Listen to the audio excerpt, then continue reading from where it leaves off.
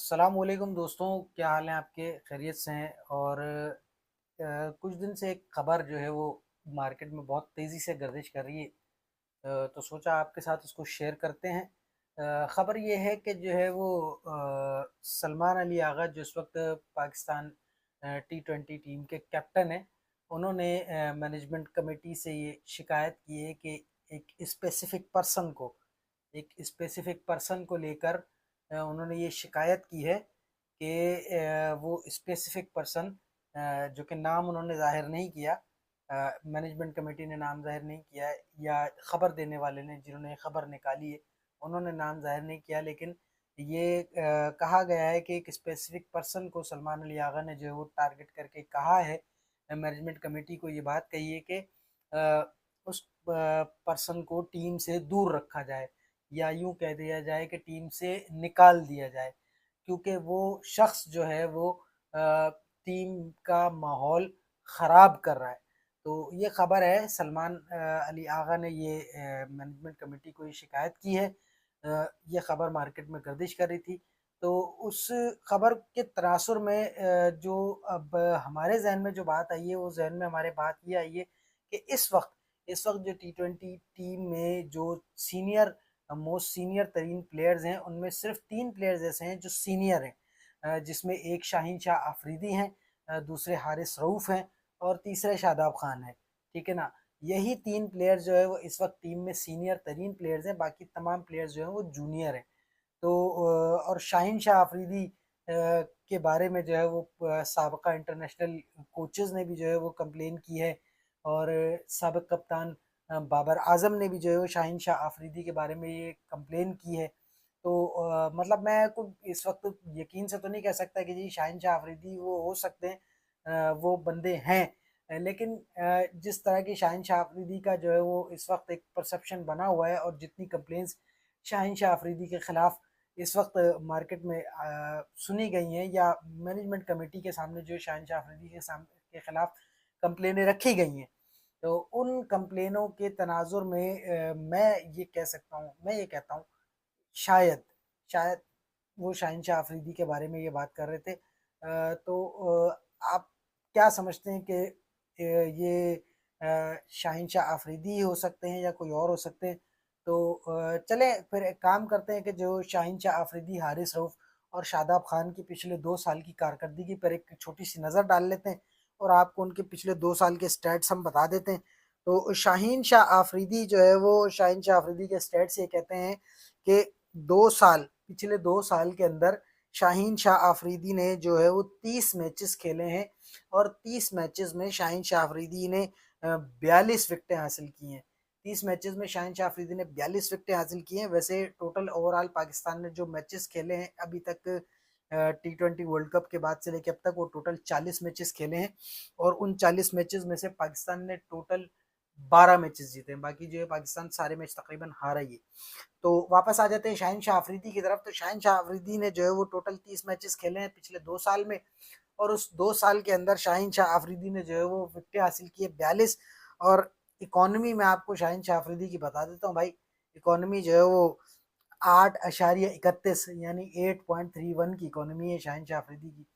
तो भाई आप अंदाज़ा लगा लें कि शाहीन शाह अफरीदी माशाल्लाह से कितने कैलिपर के बॉलर रहे हैं पिछले 2 साल के अंदर, और अपने आप को जो है वो सीनियर तरीन बॉलर और पाकिस्तान का प्रीमियम बॉलर भी कहते हैं।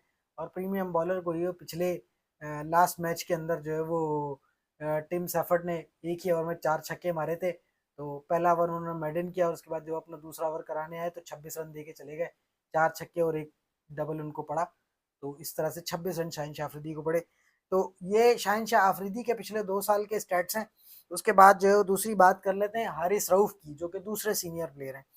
हारिस रऊफ ने जो है वो पिछले 2 साल के अंदर 23 मैचेस खेले हैं, और उन 23 मैचेस के अंदर हारिस रऊफ ने 40 विकेटें हासिल की हैं। ठीक है ना? और हारिस रऊफ की इकोनॉमी है 8.64 यानी 8.64 की इकोनॉमी है। हारिस रऊफ की इकोनॉमी शाहीन शाह अफरीदी से भी ज़्यादा है। ठीक है ना? तो ये हारिस रऊफ के स्टेट्स हैं। उसके बाद तीसरे जो सीनियर प्लेयर इस वक्त जो है वो इंडिया पाकिस्तान टीम के अंदर खेल रहे हैं, यानी शादाब खान। तो शादाब खान के स्टेट्स कुछ ये हैं कि शादाब खान ने पिछले 2 सालों के अंदर जो है वो टोटल 22 मैचेस खेले हैं और 22 मैचेस में उन्होंने विकेटें कितनी हासिल की है यार, आपको हंसी आएगी कि हमारा left arm spinner main bowler है और 9 विकेटें। सोच सकते हैं, ये शादाब खान की जो है वो परफॉर्मेंस है कि पिछले 2 साल के अंदर शादाब खान ने 22 मैचेस खेले हैं और 9 विकेटें हासिल की हैं, सिर्फ 9। और इकोनॉमी कितनी है शादाब खान की, मतलब कितने, मतलब तबीयत से महंगे साबित हुए, 8.05 की इकोनॉमी है, 8.05 की इकोनॉमी शादाब खान की है। तो भाई ये इस वक्त जो पाकिस्तान टीम के अंदर 3 सीनियर तरीन प्लेयर्स हैं जिनके बारे में ये कहा गया है कि ये 3 प्लेयर जो है वो इस वक्त पाकिस्तान टीम में हैं और इन 3 प्लेयर्स में से कोई एक प्लेयर ऐसा है जो पाकिस्तान टीम के माहौल को ख़राब कर रहा है, जिसके बारे में कप्तान सलमान अली आगा ने भी मैनेजमेंट कमेटी को कंप्लेन की है।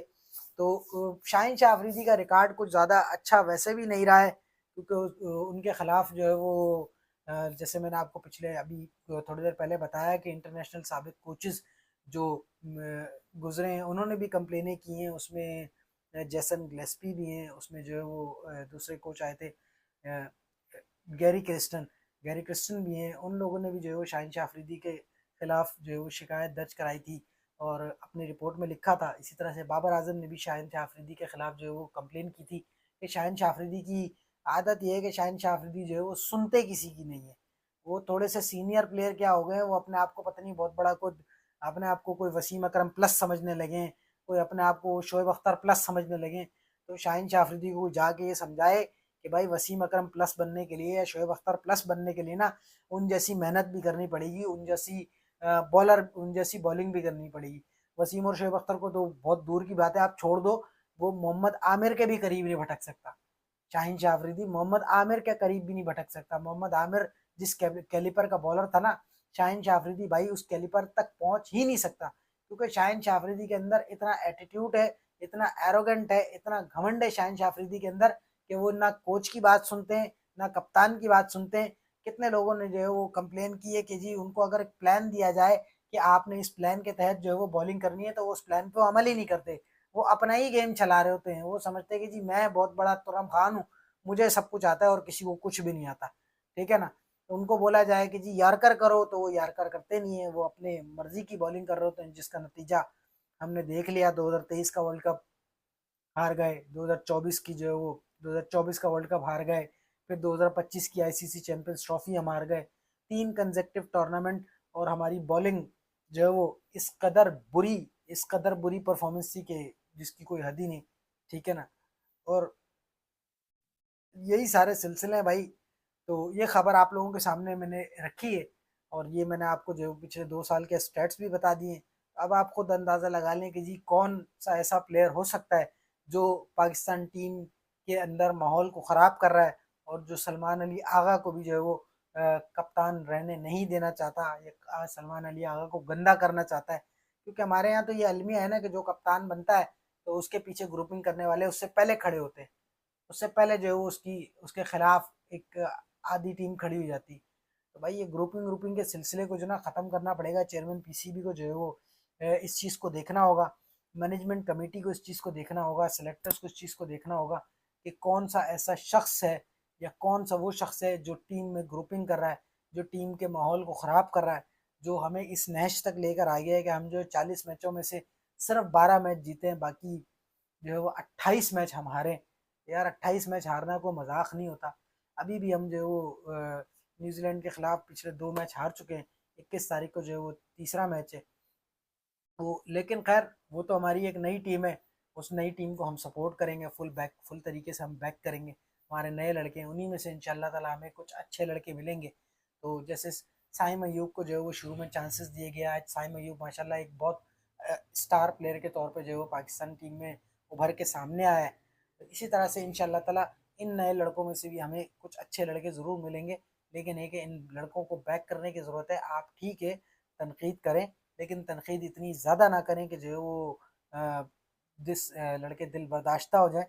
बिल्कुल तनकीद करें और उनकी जो है वो गलतियाँ हैं उन गलतियों के ऊपर उनको तनकीद करें ताकि उनको उन गलतियों से सीखने का मौका मिले। तो ये सब मैं अब आपके ऊपर छोड़ता हूँ, कमेंट सेक्शन में बताइएगा कि आपके ख्याल में वो कौन सा शख्स हो सकता है। तब तक के लिए मैं दीजिएगा इजाज़त। अल्लाह हाफ़िज़।